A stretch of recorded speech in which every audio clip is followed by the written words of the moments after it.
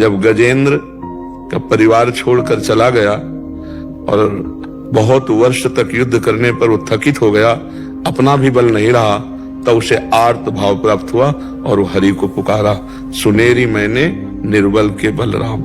अपबल तपबल और बाहुबल, चौथो बल है दाम, शूर किशोर कृपाते सब बल, हारे को हरि नाम। जिसके अंदर ये बात आ गई कि मैं किसी योग्य नहीं, किसी काम का नहीं, अब तो केवल भगवान का ही भरोसा है, उसे आर्त भाव कहते हैं। वो आता है तृणादपि सुनीचेन से, अपने को तृण से भी नीचा समझे तो आर्त भाव आ जाएगा। दैन्य जो भगवान को बहुत प्रिय है, इसी में भगवान का प्रादुर्भाव होता है।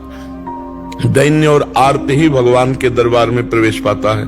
वही अहंकार गलित देहाभिमान रहित पुरुष ही भगवत साक्षात्कार कर पाता है। बात समझ में आ रही है आपके?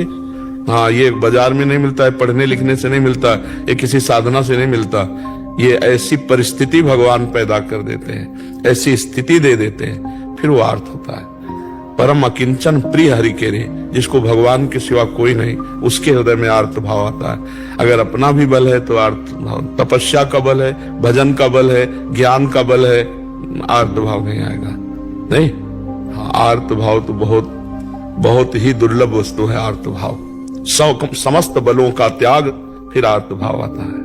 वो किसी बिरले महाभागवत के हृदय में आता है। तो इसीलिए भजन किया जाता है कि धीरे धीरे हमारी अहंकार की वृत्ति गलित हो देहाभिमान की, और भगवान के भक्तों के चरणों में हमारी प्रीति हो जाए। बस इसी से आर्त भाव आएगा और तो अहंकार पुष्ट होता है। मैं 10 वर्ष से मौन हूं, मैं 20 वर्ष से फलाहार करता हूं, मैं अमुक तपस्या हूं, ये सब भगवान को, ये सब आर्त भाव, दैन्य भाव। ये दीन प्यारे वेद पुकारे, द्रवो सुश्री भगवान। आर्त भाव बहुत सुंदर बात है। आर्त भाव, अपना भी बल न रह जाए, एकमात्र भगवान का बल, एक भरोसो, एक बल, एक आश विश्वास, यह है आर्त भाव। मात्र भगवान, केवल भगवान।